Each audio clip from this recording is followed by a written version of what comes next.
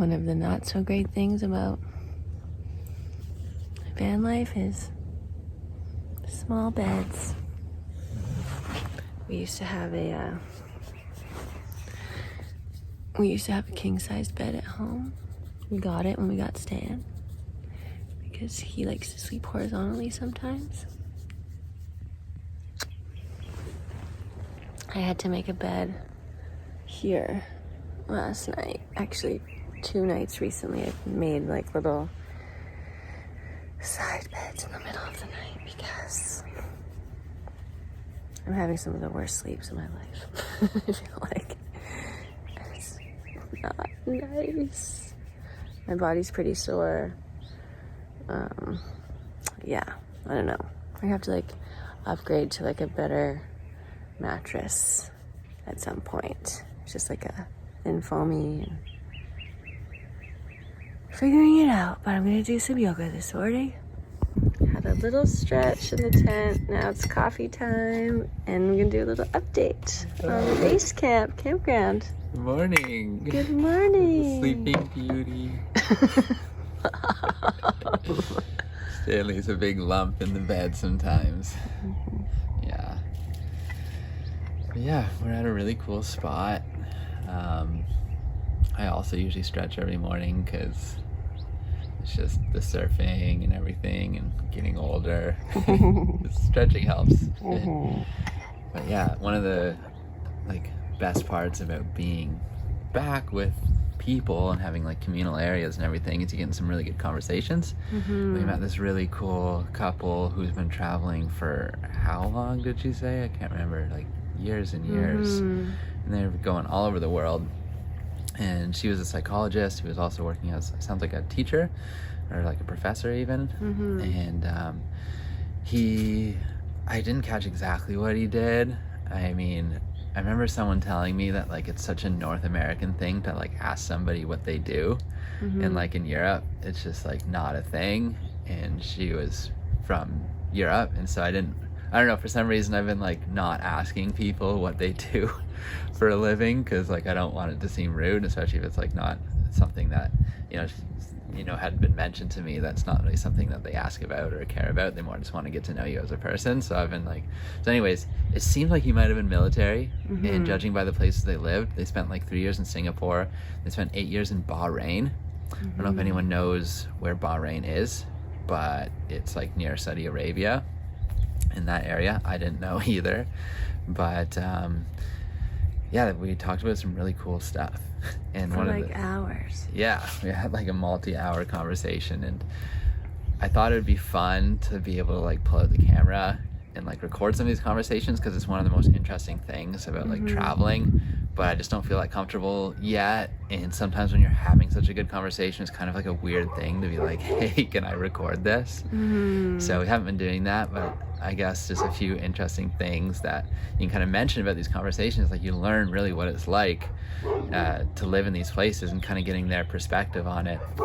And we had a really interesting conversation about the way of life in Singapore, and it's a very like collectivist mindset versus a very like individualistic mindset that you have in a lot of other countries in Europe and in North America and many other places in the world. And it was kind of fun just like going through the different tenets of like the pros and cons, where it's like you have the freedom. Like one example is like, you have the freedom here to kind of like, put your music really loud when you're in, let's say, like a semi-public area and there's no rules around it, but then you're also infringing on someone else's freedom to have a peaceful environment in that same area. And so in a collectivist society, the rule is always that like if your freedom infringes on someone else's freedom, basically it's not allowed. And it's an interesting concept because you can kind of see, especially as you get older, like there's some great that makes a lot of sense in a lot of ways. But then on the other side, if the people in charge enforcing the rules are saying they're doing everything from a collectivist point of view, but they become kind of authoritarian, a system like that can slip quite easily. And so it's kind of interesting to hear how it's like, yeah, this is like a great idea. And also with their laws, they have specific penalties for each crime. And so it's not up to a judge to interpret like it is in North America. And I thought that was really interesting too. And I thought that there's some really great benefits to that as well. Because if you do this thing, this is the punishment. There's no getting around it. There's no like, oh, but you know, I'm usually a good person. I wouldn't usually do things like that. It's like, no, you did this. The punishment is this. And there was a great story they told us about someone whose last name was Feeney. I believe it was, and people might remember this was during the Clinton era if you're older, but he had broken a rule or a law in Singapore, and the punishment for that is essentially a paddling. Caning, they call caning. it. Yeah. You're getting whipped with a cane. Yeah. And this is just the way it is in Singapore. Like, they still have laws like this. Like, there are physical consequences to certain rules that you break. But this kid was well connected. They basically said no expat family living in Singapore is poor. They're all, if you've gone to Singapore for a job, like, your family's well off. And this family seemed particularly well off because they were able to get in touch with the Clintons, who were currently, Bill was currently the president at the time. And they were able to get him to ask the Singaporean government to not cane this kid. So that's how well connected this Feeney family was. But the Singaporean government said no and caned him anyways.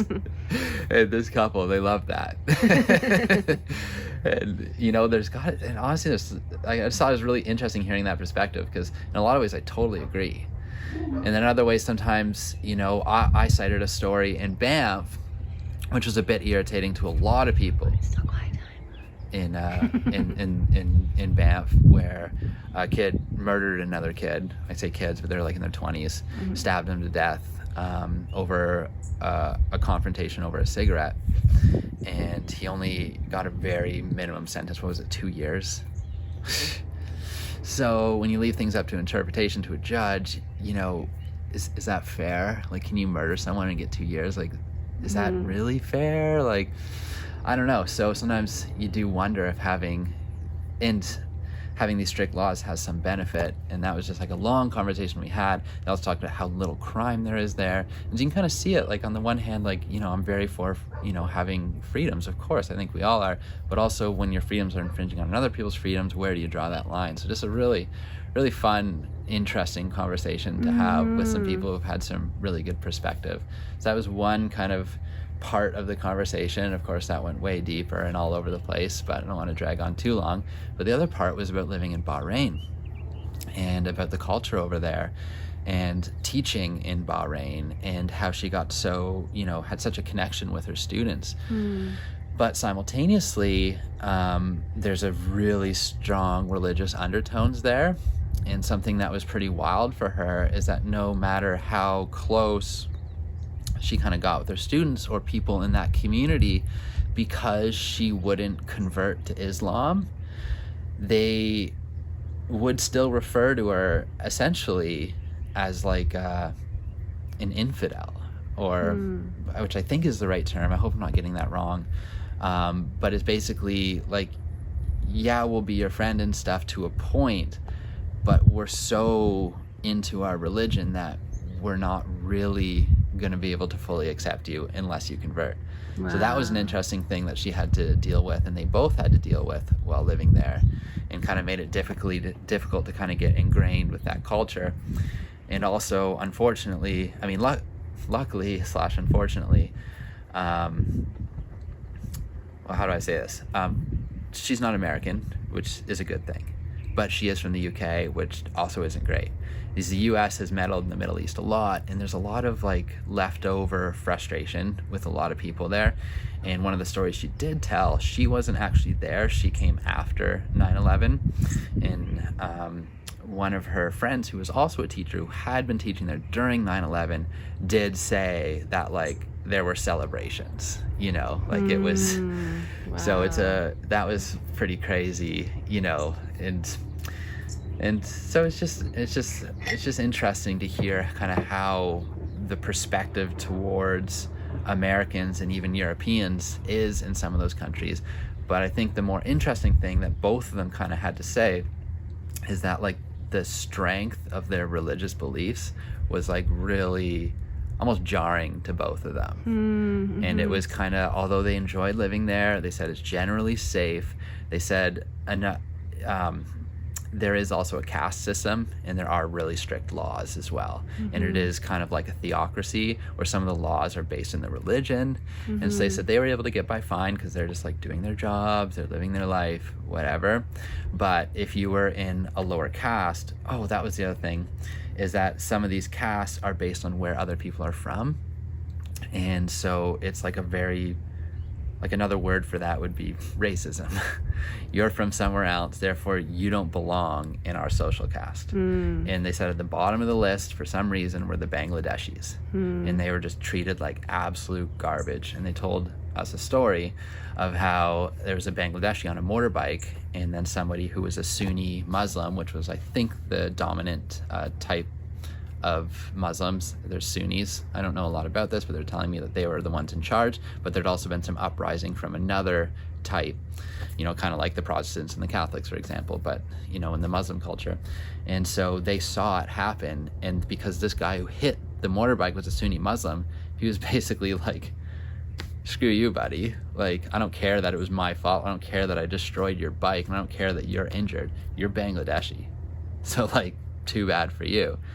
And they said that was like kind of crazy. So there's not really, so going from this place like Singapore where there's like these really kind of fair laws and ending up in this other place where it was like completely unfair. And just talking about, and she would talk about how like racism is talked about a lot in the Western world, like in England and America, but like real racism still like deep, like to the point that like you are just truly lesser than till today. Like you cannot get better jobs, you cannot move up socially, even if you get in a car accident, even if it's not even your fault, if you're the lower race, it's just screw you. And the courts aren't going to help you, the police aren't going to help you. And so that was just some crazy context. Like this stuff you just don't hear, stuff you don't see on the news. And so that ended up being a whole nother very interesting conversation, but about a country I've never even heard of. But it just gave some really cool insights to like what life is like in some of these other parts of the world, and like, kind of in some ways how blessed we are, but also it's like a reflection to see like maybe ways, our society could be doing better as well. So anyways, that's just what makes traveling really cool, is like you can sit and have hours and hours long conversations with people who've lived places and lived lives that like, I don't know, I just don't come across people like this in everyday life all the time. Like they just live out of their Jeep now. And they've been very successful. Like I said, like he's seen military, he's a psychologist, they clearly have the money to do this, like, and they're traveling like everywhere. They're like world travelers now, and this is just, one of many people that we've met on this trip that have been super interesting. So I just thought we'd share that, and just a little bit of some of the fun, kind of interesting conversations we have on this trip. But yeah. Nice, Dad. One of the stories that I found really interesting, so he never said that he was military, but they're kind of like, he worked with this young man who he was like 130 pounds, like dripping wet, and he did something to break the law. I can't remember what it was, but he got put in this jail cell. He tried to hit it. He was drunk and he tried to hit a cop, yeah. And they were like, the jail cells are like 6 by 9 or something, and they put like 13 people in them. Like it was a really small amount of space and a lot of people, and it's super hot. There's no air conditioning, so it's extremely hot in the day. They're on a reduced calorie diet, like 800 calories, they said. And they're not allowed to lie down until bedtime. So they just have to, it's like full on torture. They just have to like stand there all day. And the conversation kind of got like away from him telling us like how that kind of ended up for this guy. And I bumped into him at the washrooms later, and I was so curious. I was like, so like what happened to that kid?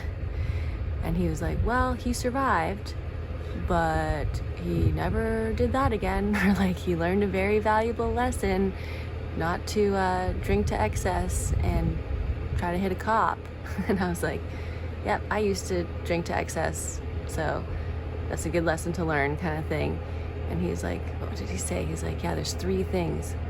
It's like, what does it do to your body, number 1? what does it do to your bank account? And number 3, like, a lot of times you don't even know what happened. And I was like, yep. I can't remember. That's kind of how that conversation ended. But he definitely seemed like a military guy. And yeah, it was a really interesting conversation. That's all. Okay. Yeah, so about that jail punishment for that young guy in Singapore, like it's such a tricky thing, because we talked about drugs and addiction as well. And if you get caught with drugs, like it's a similarly harsh penalty. And of course, they don't really have like a drug problem. But it's such a trade-off, and this is something we talked about a lot that I didn't touch on before, is that like some people have bad upbringings and some people get screwed from a young age and they naturally end up on drugs. Like, should they be punished so hard?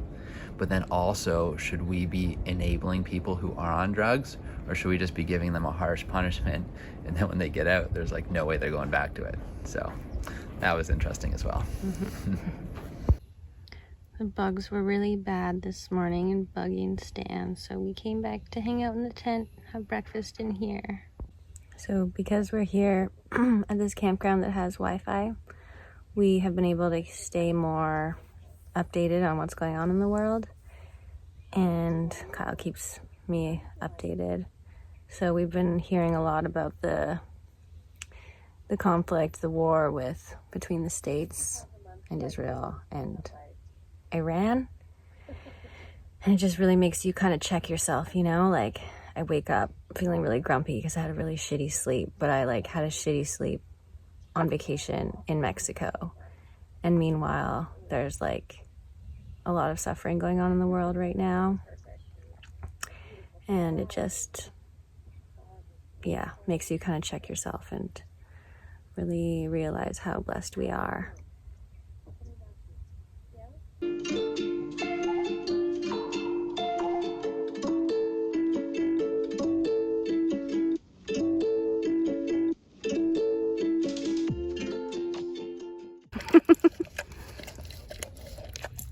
Here you go.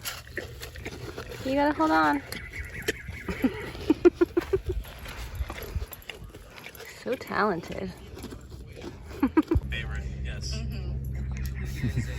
Thanks, love. To do these kinds of things, but government, they figured out anti-gravity. Missed it. Their way around some kind of Is it good? which, coming from a conspiracy